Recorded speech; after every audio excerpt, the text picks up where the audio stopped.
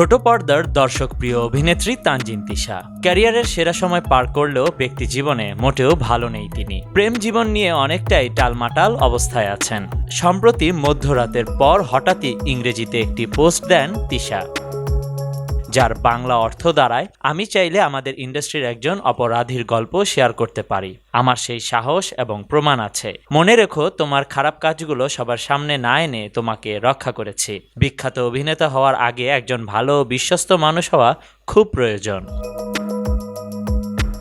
হঠাৎ কাকে উদ্দেশ্য করে তিশা এমন ফেসবুক পোস্ট দিলেন ভক্তরা যখন সেটি ভাবছেন, ঠিক সেই মুহূর্তে ফেসবুক পোস্টটি মুছে দেন তিশা। এরপরই নেট পাড়ায় তুমুল আলোচনা চলছে অভিনেত্রীকে নিয়ে। আমার লগে কোনো রং চলবো না, কোনো রং চলবো না। নেটিজেনদের মন্তব্য, সহ অভিনেতা ও প্রেমিক মুশফিক আর ফারহানকে উদ্দেশ্য করেই অভিনেত্রী এমন মন্তব্য করেছেন। কয়েক মাস আগে অভিনেতার জন্যই অসুস্থ হয়ে ঢাকা মেডিকেলে মধ্যরাতে ভর্তি হয়েছিলেন তিশা। বেছে নিয়েছিলেন আত্মহননের চেষ্টা। যদিও সে বিষয়ে অভিনেতা মুশফিকের নাম প্রকাশ করেননি অভিনেত্রী।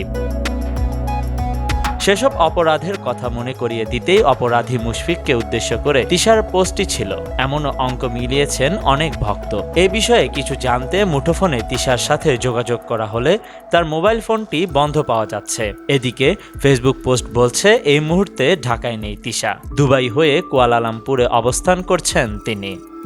Khandakar Ishtiaq, news now 24। একটা মেয়ের সাজলে এত সুন্দর লাগে, জীবনে মনে হয় প্রথম দেখলাম।